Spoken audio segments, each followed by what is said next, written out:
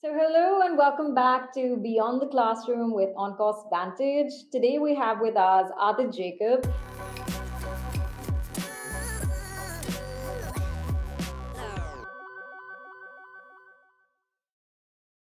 Adit is from the British International School in Ho Chi Minh City, and he's now off to the University of Pennsylvania as part of the Huntsman Program.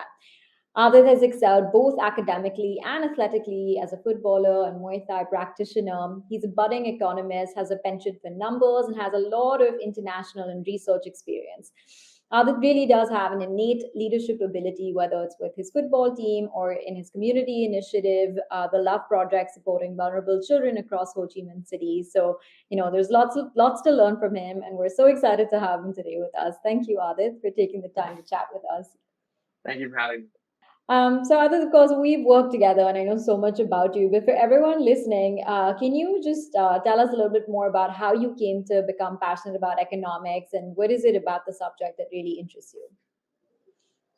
So a little bit about me. I think I've lived in over 5 countries now, and I think that was almost integral in sort of forming my passion for economics because in every country I've lived in, I've been able to experience the different aspects of the economy and different types of economies. So I think most notably I've lived in, for instance, Switzerland, which is one of the most successful economies in the world, to the U.S., one of the most dominant, to India, which is also one of the most the fastest growing economy. But we also have like countries like China, which is completely different to anything I've experienced before. And then you have Vietnam, which is sort of an intersection between many different types of economic theory. And I think that experience and being able to experience these cultures and economies firsthand is something which allowed me to sort of garner a passion for economics. But I think also the ability to take it at school, which is something I think we'll talk about this maybe later, but the transition from British school, American school to British school allowed me to perhaps more target my interest specifically. And at the Mhm. British school, I had the opportunity of taking economics and business at the IGCSE level. And that's something that really helped me cement the idea that this was something that I was passionate about because I was able to learn about the basics, but also understand that this is something that I was generally interested in, wanted to study and take further at university as well. I really love that, it was both your personal experiences growing up in so many different countries, plus the academic interest that you had that was cemented in school, plus sort of reinforced with all of your internships that, gave you that surety of what it is that you wanted to apply for and study further. So with that base, I think that you did cover an aspect of your international experiences, but I just want to touch upon the Huntsman program as well for those who may not know what it is. It is a specialized degree at UPenn where you earn both a Bachelor of Arts from the College of Arts and Sciences in International Studies and a Bachelor of Science in Economics from the Wharton School of Business, right? And it is a very small cohort of 50 students that get in each year, making it extremely competitive, right? So, of course, we do know from what you shared about like your international background, but why did you really like the Huntsman program, and what do you think it was about your resume and profile that enabled you to get in finally? Yeah, so I knew that I've always had a passion for business and it's something I want to do, but I think a lot of people often have that idea like, oh yeah, I want to do business, I want to do something in the future with it. But it's a very broad subject in the sense that I think you need to have a better understanding of what exactly business you need to do because I think business is a very it defines many different concepts. So you have, for instance, you have finance, you have accounting, you have business economics. And I knew that based on my experiences living across the world, international business was something that I was particularly interested in. I didn't want to focus myself entirely on, let's say, finance or accounting, but rather I wanted to understand how multinational companies work across the world, how sort of politics, law, and economics all work together in creating Right. effective business practices.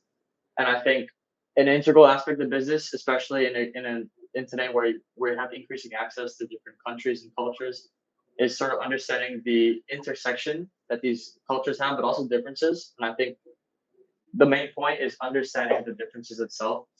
And what the Hudson program offers, as you mentioned, it's a dual degree in international studies and business. But what to me it was a specialized concentration in international business. Hmm. And what that would allow me to do is focus not just on business, but because I knew I had a variety of other passions, I had the option of exploring mathematics. I could do physics because that's sort of the beauty of the American curriculum, in my opinion.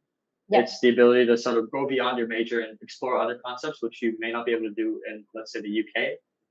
And so with this course and with the program itself, I'm able to specifically learn about politics, international law, but also businesses. And I think what's really unique about the Huntsman program and what many people may not know is that the Huntsman program requires you to sort of pick a language Yep. to specialize in. So for instance, for me, I picked Mandarin based on my experiences studying Mandarin in China. But what that Mhm. allows you to do is to sort of dig deeper into the culture itself. So you don't only take classes in, let's say, beginner, intermediate Chinese, but you also take classes such as managing enterprises in China, understanding like the social political reforms that have happened across China in the past few decades.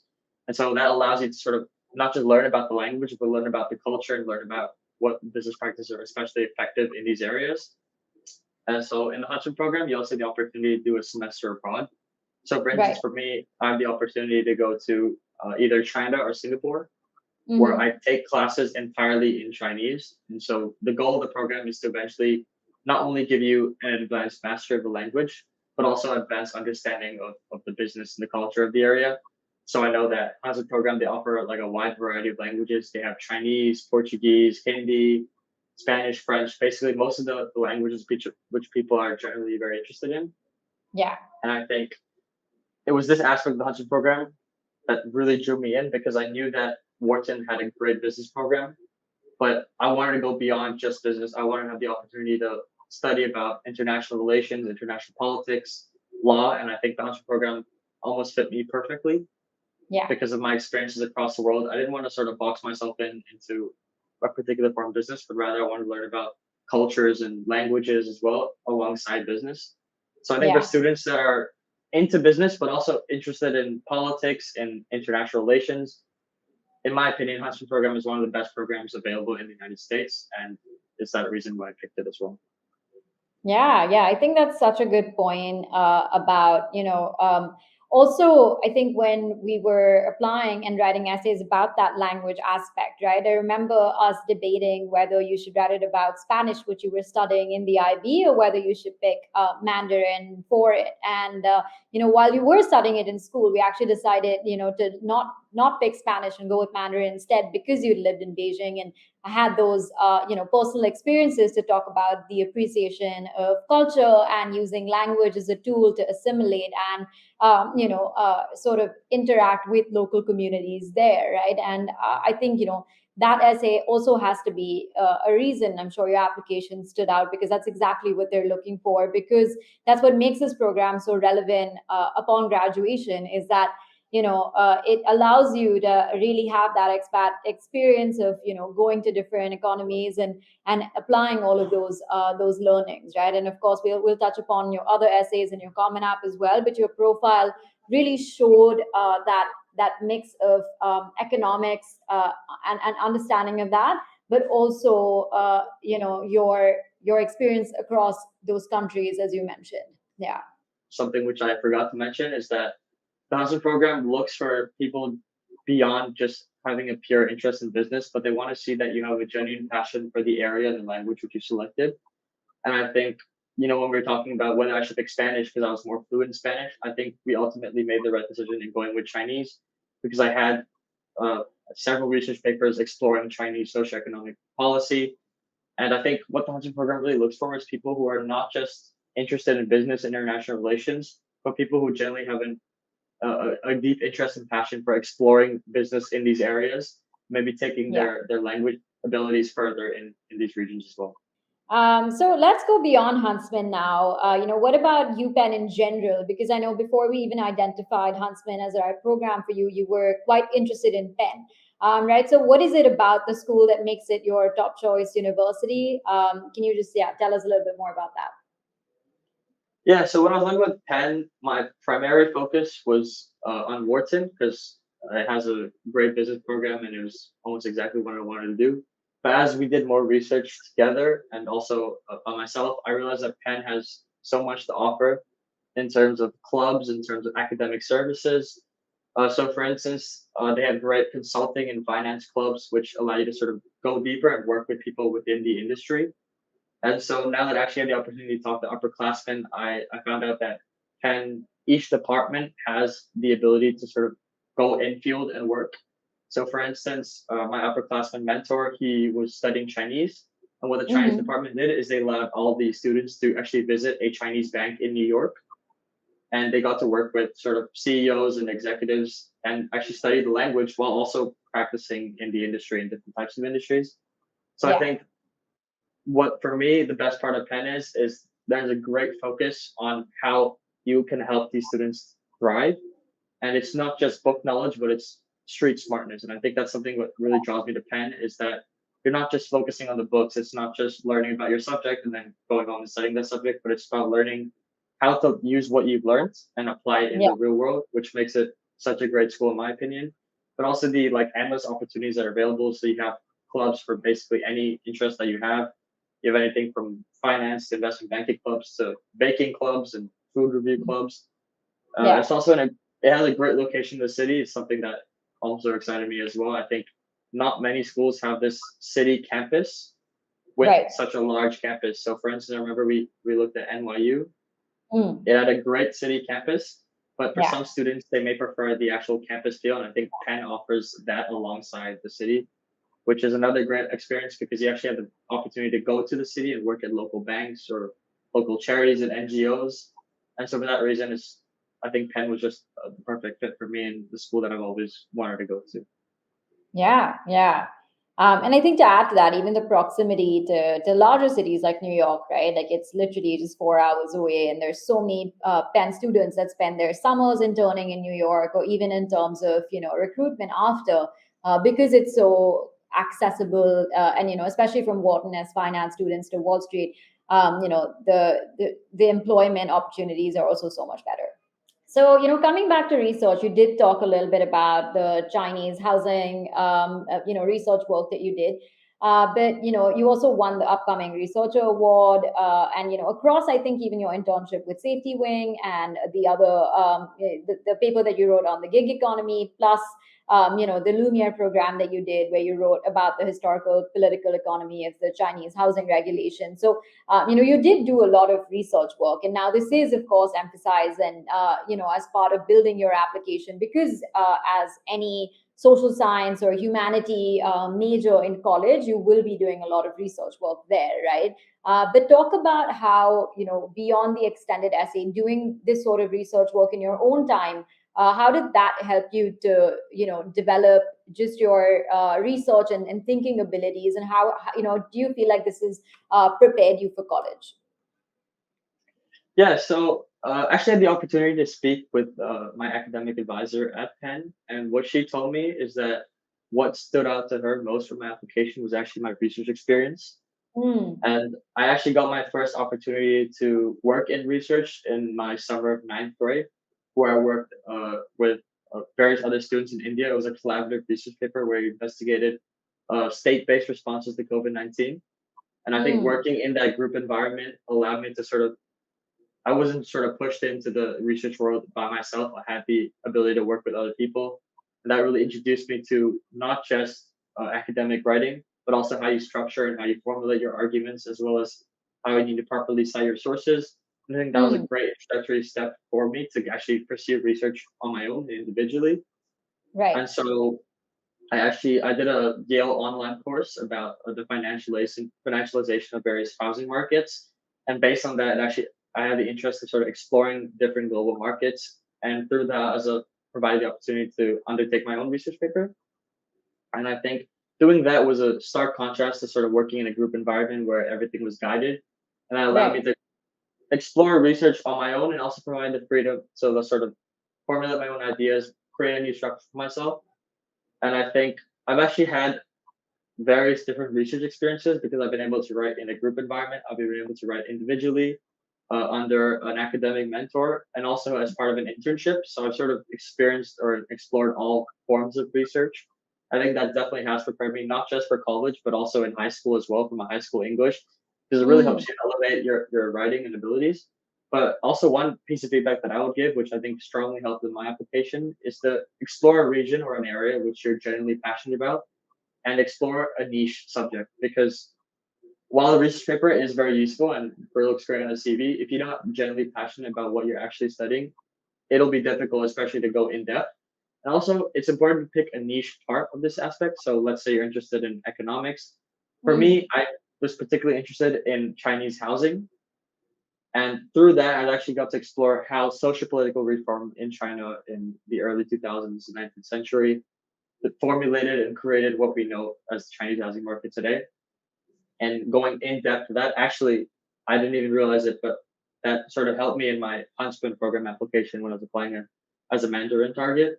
And so I think doing research, but doing it on a niche subject allows you to sort of gain expertise in an area where not many people have the same sort of expertise. And that sort of differentiates you when you're, especially when you're applying to a top school where everyone has perfect grades, everyone is at Correct. the top of their class.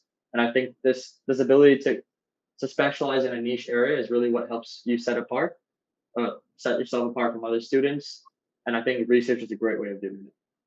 Yeah, yeah, I think that's excellent advice, and I think such a good starting point that you shared with everyone in terms of, it was one online course that you really took where you were able to identify that, okay, this is an interest I've had, and then you learned more about it, and then you were able to do a more research work related to it, and sort of carve out this niche in terms of in your resume where you can showcase that depth that were able to experience through research.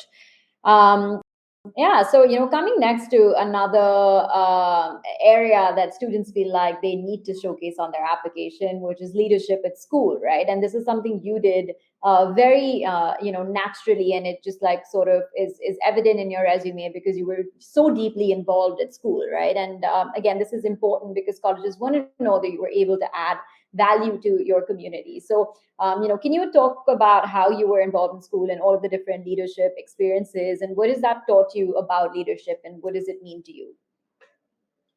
Yeah, so throughout, I think since elementary school, I've always looked to take on leadership positions. But if there was one piece of advice that I would give, looking back on the experiences I've had, is that leadership positions that you take need to be genuinely areas that you're interested in and genuinely roles that you're really passionate about. Because I found Hmm. that my best experiences, but also my most successful ones, have always been in areas where I genuinely have a passion about what I'm doing. So, Yeah. for instance, when I founded the Love Project, it was out of my desire to help local communities, especially during COVID, because I live in Vietnam and so many families were impacted. And so I think that was when I really got not only my best experience, also my most gratifying experience, but also where I felt I worked the hardest and learned the most. Because in that situation where you're undertaking leadership, not just because you want to put it on the CV, but because you know what you're doing has a real impact, that's when you're most motivated, and that's when you know what you're doing is going to have an impact on future generations and people across your local community. And so I think leadership, I think sometimes people might misconstrue the idea of leadership, especially when it comes to college admissions. A lot of people may just say they'll just take a leadership position just to put it on the CV. But I think colleges can tell when what you're doing is something you're genuinely passionate about and what you're doing has genuine impact. And so I think rather than maybe going for every leadership position you can, I'd say the better option is to pick leadership positions where you know what you're doing has an impact on the community. You know what you're doing is something you're passionate about, and it's something that you can do in the long term without feeling tired. Because I think a lot of times people take on roles and then maybe get bored of it or not as passionate as it used to be. But when it's something that you generally have an interest in, then that leadership position is not only meaningful, but also tends to be more successful in my experiences. And so school is a great place to find leadership positions because most schools offer these for students. But I also think that leadership positions can be created; they don't have to be taken. And so by creating these leadership positions, you can often create new ideas and opportunities in your school or in your area, which can be truly beneficial for your community. And so I think leadership is not really something that you take, but really something that you decide you want to take on your own. And using that, you can create your own projects and ideas. Yeah, yeah, I love that. Okay, so let's move next to the process of writing college essays, which is definitely a period of great self awareness and reflection, and sort of helps you to look back on your own story and experiences and see what you want to highlight on your application, right? So, let's actually start with your Common App essay, which was titled Holy Karaoke, and, captured your moves across different countries, but also how attending church and sermons, gave you this deep appreciation for family, right? So, can you tell everyone how, working on your Common App helped you to understand yourself better, and how you came to identify this idea? Yeah, so during the Common App ideation process, I think I know it can be really hard because oftentimes there's so many things to talk about and you're not really sure where to pick. But I think what made my Common App particularly special for me was that it was something that was so ordinary in my life. And when I actually live in Beijing, it was not important to me. But looking back on it, I realized that, for instance, my essay was about me going to church and how I would often get bored and not realize what the main purpose was, and that was being with my family. But I think looking back and reflecting, I was able to see how something so ordinary in my life was actually so meaningful and special to me. And I think that's what helped the essay as well, because to the reader, it just seems like this is just an ordinary event that happens. But when you actually explain how it relates to you, I think that brings out something different in the essay, but also allows you to sort of reflect on yourself and what really is important to you. Yeah, yeah, absolutely. And I think another one of your essays is really memorable to me are all of the ones that involve food, like your Penn community essay compared you to a banh mi. Yeah, so tell us about how you came to that idea of using food as an element and a metaphor for yourself in all of your essays. Yeah, so obviously, I think living across different countries has really helped me appreciate different types of food. And I mean, food is a really integral part of me because I think every time I experience a new culture, food is one of the most important aspects and something that I always look forward to trying and enjoying. So I knew that when I was writing about myself, I had to be genuine and talk about things that really interested me. So, Vince, for the Penn essay, I wanted to compare myself to a banh mi as sort of an amalgamation of different cultures. And I think that sort of food element not only helped my writing and that it made it more unique and sort of spiced it up, but also it was something that was really important to me. And I think that sort of brought out a different dimension, different depth in my essays that perhaps a CV or resume could not show. And I Yeah. think showing that in your essays is very important because what these US universities especially are looking for, are they looking for personality? They want to really get to know you and what you're passionate about. And I think these essays are an amazing opportunity to express yourself fully. I mean, be as creative as you want. Try different things because I think at the end of the day, if you stay true to yourself, that is what's going to help you most in your essays. Yeah, yeah. And yeah, that's coming back, I think with you, ideating essays and writing them was so effortless because they were so authentic to who you were, right? Like it it really showed every time you wrote a draft. But yeah, I think coming to another one of your essays, and you did touch upon this one earlier, was one that you wrote for UNC Chapel Hill, where you talked about the differences between the American and British education system, since you attended so many different international schools that offered both curriculums. So yeah, can you actually touch upon the content of that more in terms of how those differences shaped who you are today? Yeah, so for context, I was in an American curriculum from the sixth grade to the ninth grade, and then from the 10th grade onwards, 10th grade, I was in the British curriculum, and then 11th to 12th, I did the IB. I'm actually very grateful for the opportunity to do both the American and the British curriculum because I think both systems have their merits. In the American curriculum, I feel I was more exposed to the more creative aspect of education, in that you weren't necessarily forced to study and memorize topics, but rather you were allowed to sort of understand it fully and then work on it as yourself. And I think in stark contrast, the British curriculum is very rote learning. Hmm. There's a lot of memorization, there's a lot of hard studying, and I think while both systems have their own merits, I think the British curriculum is especially important because, especially in college, working hard and actually sitting down, taking notes, studying will be essential and be key in your success. But you also need the ability to be creative and work on your social skills, which I think the American curriculum did slightly better because the American curriculum focused a lot on leadership, extracurriculars, clubs, and I think the school itself that I went to had more of these opportunities than my British system. Hmm. So overall, I'd say the American curriculum, what it excels in is your extracurricular opportunities and leadership abilities, whereas the British curriculum focuses on your academic skills. And I think being able to experience both of these systems allow me to work on both simultaneously and allow me to apply one to the other. But ultimately, I feel both are quite have various merits, and it really depends on what you're looking to explore and what you're looking to do in high school as well. Yeah, yeah. And I think that really showcases in your profile overall, where, you do have the theoretical knowledge and the academic expertise, which showcases on your transcripts with all of your E stars and your great IB score finally and your strong SAT score, but simultaneously your ability to do so much beyond the classroom and contribute to community, which may have been strengthened by the American curriculum as well. So yeah, I think that's great. So now as you enter college and you're starting your freshman year soon, what are you really looking forward to most? I think the ability to sort of be a new student again, uh, because I've had the opportunity to do that so many times before. It's something that I'm starting to look forward to because it's a chance to meet new people.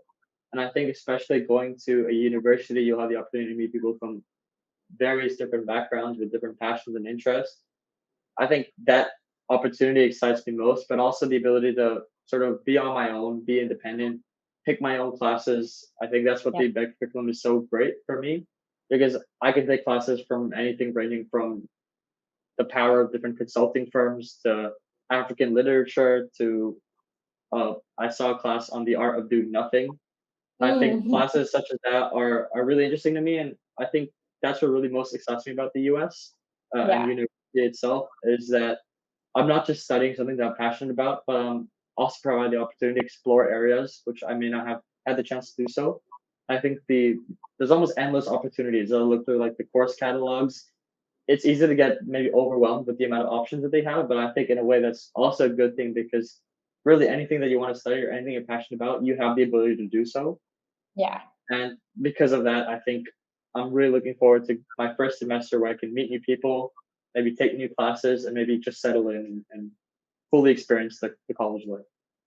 Yeah, yeah, I so agree with that. While of course your major spaces and your minors in college will allow you to concentrate in a certain area and build that knowledge and expertise, I feel like it's the elective space that you have to just explore and have fun with that's so rewarding about American colleges and that the flexibility the curriculum offers. Like I remember I took a class back at NYU called The Science of Happiness. And I feel like that's one of the classes that's sort of really stayed with me, similar to what you said about the joys of doing nothing. So, yeah, definitely make the most of that space to just explore and have fun with. Wrapping up everything that you have to share, Adit, what advice would you give to students that are now going through this whole application journey and process and working on essays and picking colleges for themselves? What would you want to tell them? I'd say if I had three pieces of feedback that I could give any student going through the process, I'd say number one is to believe in yourself. I think oftentimes it's easy to get maybe bogged down by the idea that maybe I can't achieve this. But if it's generally something that you're passionate about, I truly believe anyone can work towards that goal.